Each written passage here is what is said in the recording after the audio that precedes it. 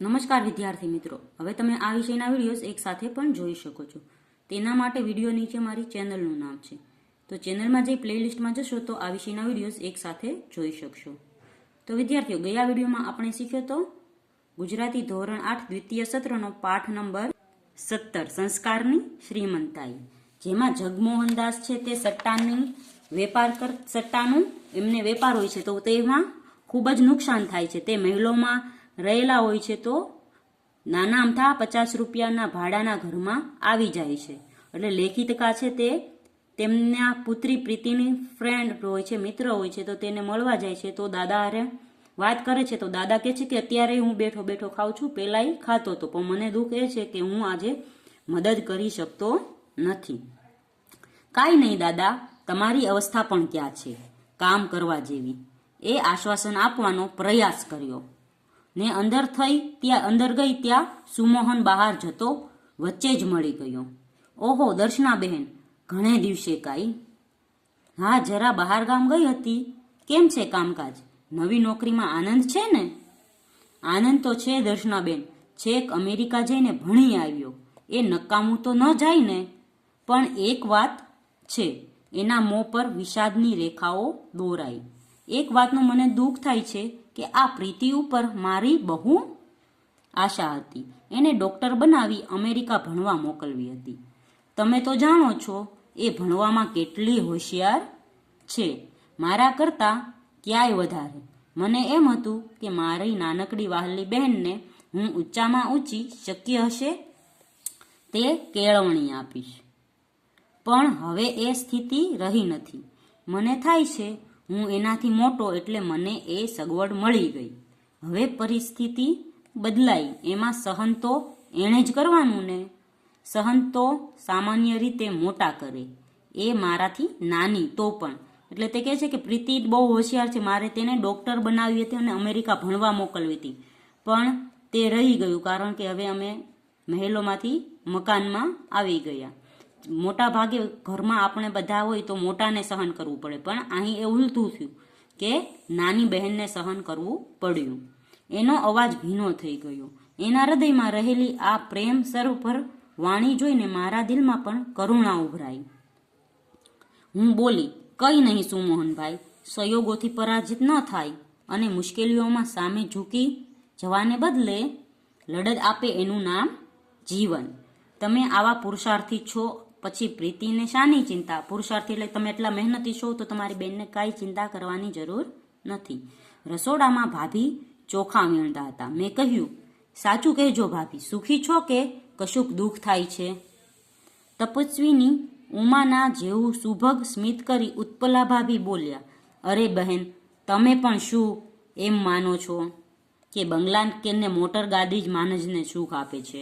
અરે આ કામ કરવામાં જેટલી મજા પડે છે, સાંજના એ નોકરી પછી થાકીને આવે, અમે જમી લઈએ, પછી રાતે 2 ઘડી વાતો કરતા જે શીરો આનંદ મળે છે, એ પેલા પાર્ટીને ક્લબને મિજલસોમાં ક્યારેય ન મળતો.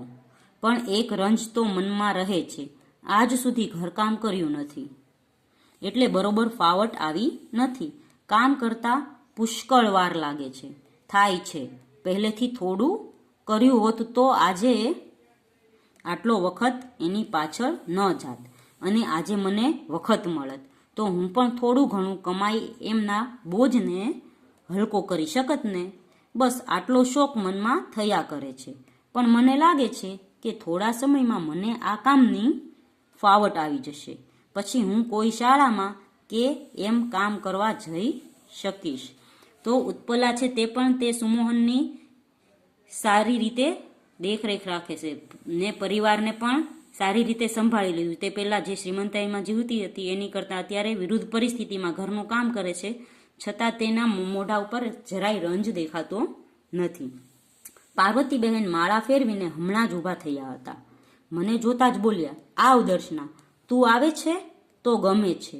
હું તો હવે એટલી એકલી પડી ગઈ છું. પ્રીતિ કોલેજમાં જાય ને ઉત્પલા તો ઘરના કામમાં, મને અડવા સુદ્ધા દેતી નથી. મિલન મૃણાલને તૈયાર કરું તો પણ કહે, ના બા, અમે બધું કરીશું, તમે રહેવા દો. પછી આખો દિવસ કરવું શું? એ હસી કેવા નસીબદાર સાસુ છો તમે. આવી વહુ કાંઈ સહેલાઈથી નથી મળતી.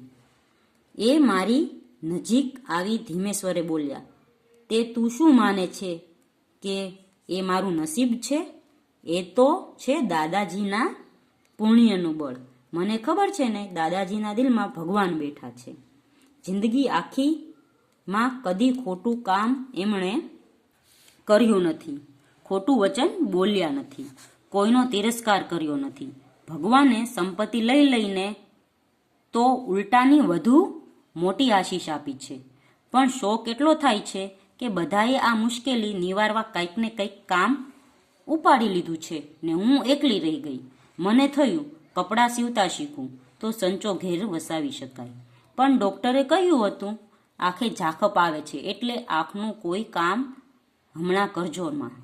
દવા થઈ જાય પછી ચશ્મા લેવા પડશે. ખરે ટાણે વિઘ્ન ઊભું થયું છે ને. બસ આટલું ના હોત તો કશીએ ખોટ નહોતી. બહાર જઈ પ્રીતિનો હાથ પકડી હું બોલી, પ્રીતિ, તું તો ખૂબ ભાગ્યવાન છે. જે ઘરમાં લોકોમાં આટલી કર્તવ્ય ભાવના, પોતાને ઘસી નાખવાની આટલી ઝંખના હોય, એમના પ્રેમની સુવાસ તો સાચે જ તને ઈર્ષા કરવા જેવી ભાગ્યશાળી બનાવી દે છે. મારી સામે આનંદથી જોઈ પ્રીતિ બોલી, કર્તવ્ય ભાવના? હું તો એને શ્રીમંતાઈ કહું છું. પેલી શ્રીમંતાઈ તો વસ્તુનો આડંબર હતો, બહારથી જ હતી. સાચી શ્રીમંતાઈ તો એ સહુના દિલમાં વસી છે, સંસ્કારની શ્રીમંતાઈ. એમ ન હોત તો આર્થિક દ્રષ્ટિએ આટલા મોટા પતન પછી અમે શી રીતે અમારા ઘરની એ જ સંવાદિતા, એ જ આનંદ, એ જ અખંડિતા જાળવી શક્યા હોત. કહે તો હર્ષથી મેં પ્રીતિનો હાથ દબાવ્યો. ઘણા મોટા ધનની સ્વામીની બની ગઈ છો પ્રીતિ. દ્વાર અને દિવાલમાંથી, તો આ છે દ્વાર અને દિવાલમાંથી લેવામાં આવેલી છે.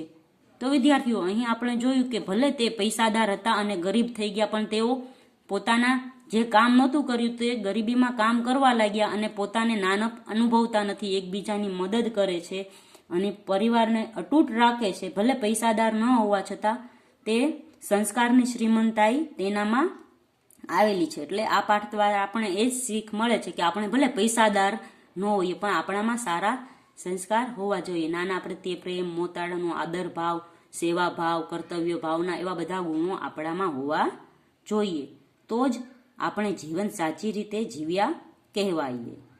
શ્રીમંત માણસ છે તે અહંકારી હોય, પૈસાદાર માણસ લોભી હોય, લોભ કરીને બધાનું ખોટું કરીને પૈસા ભેગા કરતા હોય, પણ એના ઘરમાં, એના પરિવારમાં ક્યારેય સુખ હોતું નથી. પણ જે મહેનતથી કમાય છે અને થોડુંક ખાય છે તેના ઘરમાં હંમેશા સુખ અને સાહેબી હોય છે. તો વિદ્યાર્થીઓ, અહીં પાઠ પૂર્ણ થાય છે. આવતા વિડીયોમાં આપણે અભ્યાસ શીખીશું.